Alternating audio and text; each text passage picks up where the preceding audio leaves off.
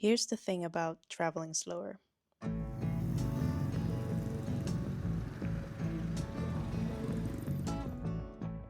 You start noticing things,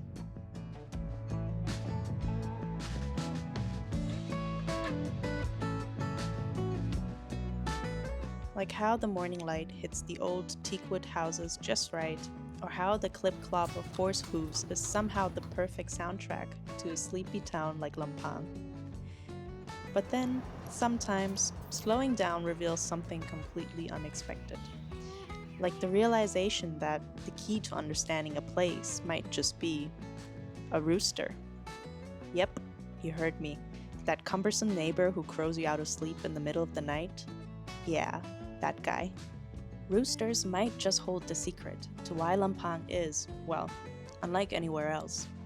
Yeah, we'll circle back to that in a bit. But first, here's something to chew on.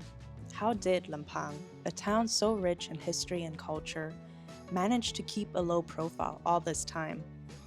It's a question worth answering, if you're willing to slow down enough to find out. You see, Lampang's story isn't loud at all. It doesn't scream for attention. It's a town that's always existed just slightly out of focus, letting its bigger neighbors soak up the limelight instead. But what makes Lampang special is how it's quietly held onto something that's slipping away in so many places. Authenticity. Take its history, for example. For centuries, powerful players shaped the destiny of this unassuming town. First the British, then the Burmese, and then the Chinese all saw something here and wanted a piece of the pie. Lampang's geography made it more than just a dot on the map. It turned it into a silent mediator in Thailand's history. Nestled in a valley surrounded by mountains, Lampang served as a natural buffer zone between the Lana and Ayutthaya kingdoms. This strategic location allowed it to absorb tensions and shield the northern territories during times of war. But perhaps Lampang's biggest transformation came during the teakwood trade.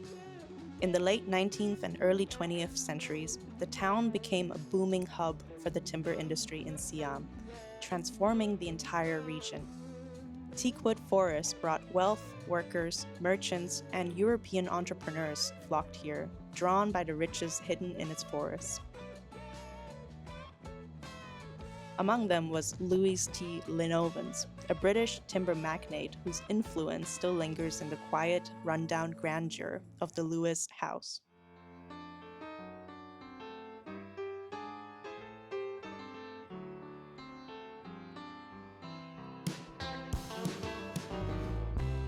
And everybody's got to run, and ain't nobody gonna hold you. And everybody needs someone. The grounds of Lewis's house are free to roam, and browsing the interior of the house, I found myself marveling at the smart, half-open design of the second floor, pairing ornate woodwork with skilled functionality for natural cooling. Lewis's house represents a piece of Lampang's history frozen in time, echoing stories of teak barons and a thriving industry that once had put this town at the center of it all.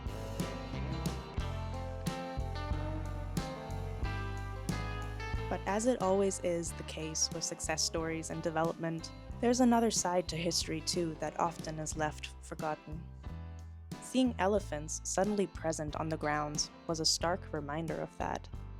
It's impossible to talk about the teakwood industry without acknowledging their role. These gentle giants were once forced to haul massive logs out of the forest, their strength exploited for human profit.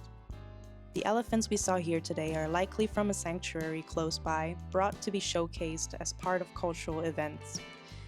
I honestly had mixed feelings seeing them here. On the one hand, they're not forced to labor relentlessly anymore, but on the other hand, they are still confined as their domestication has robbed them of a chance to live in the wild. It's all quite bittersweet. Pausing on that note, it's moments like these that makes traveling truly eye-opening. Moments that force you to sit with uncomfortable truths about how history shapes not just places, but also lives. Standing here in the shadow of colonial era wealth, it's a painful reminder that progress and exploitation go too often hand in hand. But acknowledging these complexities and messy relations is the first step in reconciling the past with the present and protect what survives in order to move forward.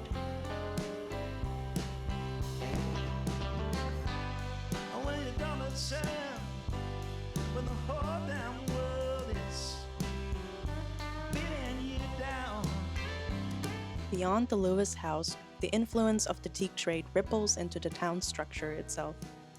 The Burmese, the Thai, and Tongsu workers hired by the British didn't just contribute their labor in the forests. They left a visible mark on the town's cultural makeup. Many set up shops along the Lang River, creating a port market, also known as the Gat Kong Tha. What began as a hub for shipping logs has evolved into a landmark weekend walking street, alive with vendors and nostalgia. But even during the quiet daytime hours, there's charm to be found here. The intricately carved gingerbread-style houses that line the streets feel like something out of a storybook. Yeah, you heard that right. Gingerbread houses do exist outside of fairy tales.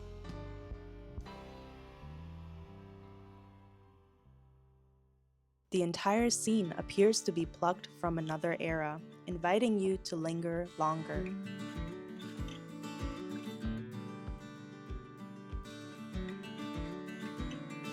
And if you wander about and cross back and forth between the bridges, you'll find a bountiful of cute cafes along the way. The calm atmosphere in a place like the Black Brew Cafe is palpable. There's no rush here, no pressure to keep up with the world outside. Just a quiet moment, a cup in hand, and the gentle reminder that life, like good coffee, is best savored slowly.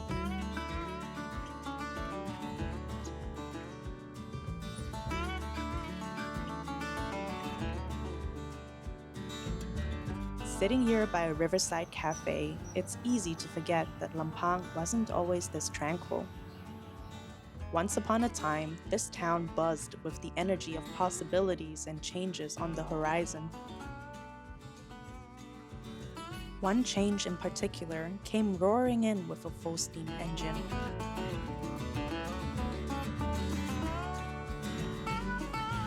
When the first train arrived in Lampang in the early 20th century, it brought more than just goods. It brought connection and the promise of modernity. The tracks that wound through the rugged mountain terrain marked the start of a new era.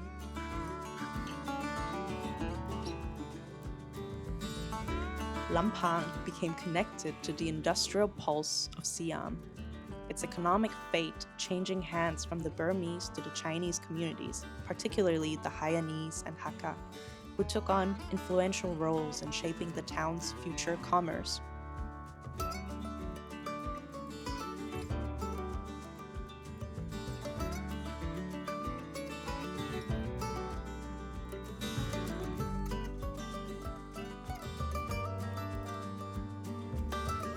Despite the industrial age in full steam, Lampang still found a way to hold on to its traditions.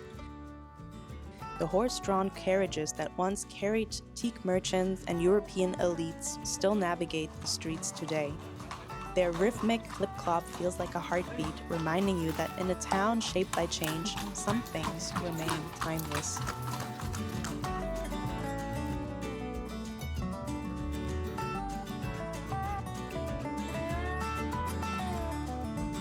And speaking of timeless, there is a motif here that has remained around for decades. Yep, I'm finally talking about our feathered friend here. You'll spot them everywhere, painted on signs, tucked into murals, even in the most unassuming corners of the town. At first, I thought it was just an amusing detail, but as I kept noticing them, I realized these roosters were trying to tell me something. The answer to this mystery lies in something utterly ordinary: ceramics. But like most things in Lampang, there's a lot more to it than meets the eye. Lampang's story wouldn't be complete without its ceramics. At first glance, it might seem surprising. How did this corner of Northern Thailand become the heart of the nation's ceramic industry? But when you think about it, it makes perfect sense. Lampang's soil is rich in kaolin, a type of clay that's perfect for making high-quality, durable ceramics. This natural advantage, combined with its history of trade and craftsmanship, paved the way.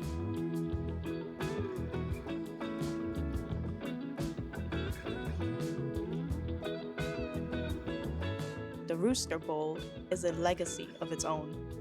The simple yet striking design of the humble bird, with its bright red comb and contrasting feathers, made it easy for artisans to replicate. Over time, it became a signature, a calling card for Lampang's ceramic artisans.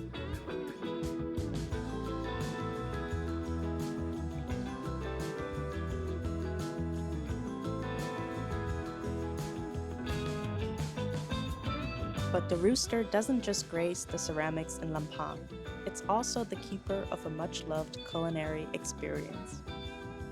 Picture this, a steaming bowl of khao soi, its umami-rich golden curry broth mingling with the tender noodles and crispy toppings. And yes, served in none other than a rooster bowl. Because in Lampang, even the simplest meal is an opportunity to celebrate its culture.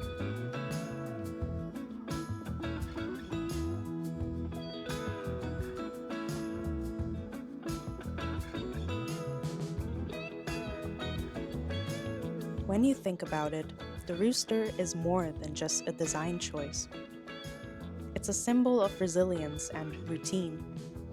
Maybe that's the lesson Lampang offers us.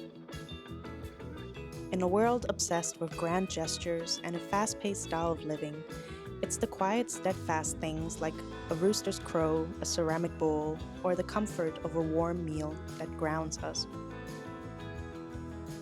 They remind us of life's simple rhythms, of traditions passed down, and of the importance of taking time to notice the details.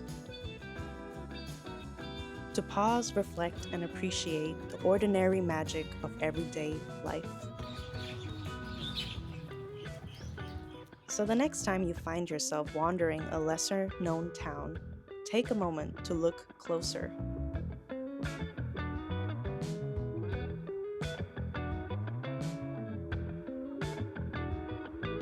You might just find a story worth telling.